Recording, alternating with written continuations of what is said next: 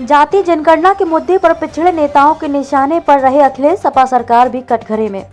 जाति जनगणना के मुद्दे पर विधानसभा में पिछड़ी जाति की राजनीति पर आधारित अपना दल निषाद पार्टी और सुभाष सपा के नेताओं ने सपा को करारा जवाब दिया। तीनों दल के नेताओं ने सपा को कटघरे में खड़ा करते हुए सपा से पूछा कि 4 बार सरकार बनाने वाली सपा ने सत्ता में रहते हुए जाति जनगणना को लेकर कोई पहल क्यों नहीं की।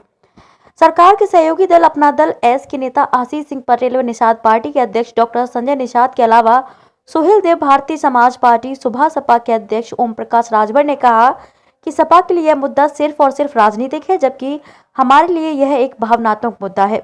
तीनों नेताओं ने जाति जनगणना कराने पर सहमति जताते हुए कहा कि सपा इस मुद्दे को सिर्फ राजनीतिक लाभ लेने के लिए उठा रही है।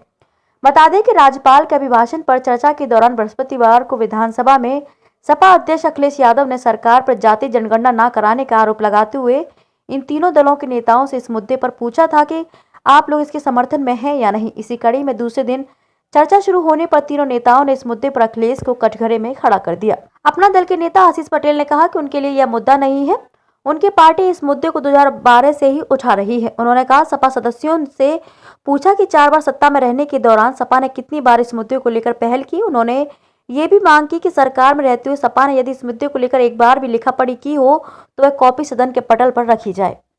आशीष ने कहा कि सपा जब विपक्ष में आती है तभी जाति जनगणना की याद आती है। उन्होंने कहा कि सपा पिछड़ों के हित की बात तो करती है लेकिन करती नहीं है।